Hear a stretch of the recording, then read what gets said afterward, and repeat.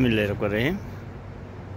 এখন দেখাবো, দেখেন ঘুঘুর পাখির বাসাটা কি সুন্দর দিচ্ছে। এই যে বাচ্চা দুইটা বড় হয়ে গেছে অলরেডি। দুদিন আগে ছোট দেখলাম, আজকে দেখলাম বড়, একদম হাতের কাছে। ছোটবেলায় এই ঘুঘুগুলো আমি ধরতে পারি একদম হাতে নাগারেই। দেখেন আমি অলরেডি সামনে যাব। এই যে ঘুঘুর বাচ্চা কত তাড়াতাড়ি বড় হয়ে গেছে অল্প দিনে।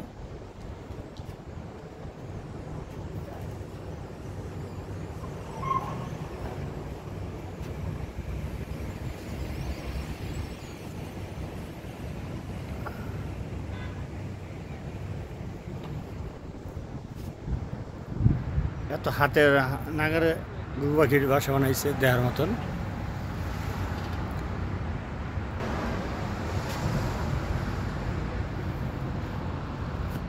না, এই আশেপাশে কোনো গাছগাছালি নেই, যে তারা ছোটোখাটো জায়গা পাইলি মনে করে এখানে ওরা বাচ্চারা।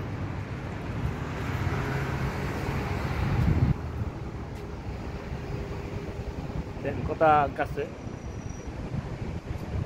আর এইগুলো বেশিরভাগই আপনার রাস্তাঘাটে মরে, যেমন গাড়ির বাড়িতে মারা যায়, এবার অনেক সময় গরমে মারা যায়। বেশিরভাগ রানিং গাড়ির অবস্থায় মনে করেন উঠতে যায়, মনে করেন ওরা গাড়ির লোকে বাড়ি খায় রাস্তাঘাটে পড়ে থাকে অনেক ঘুঘু পাখি।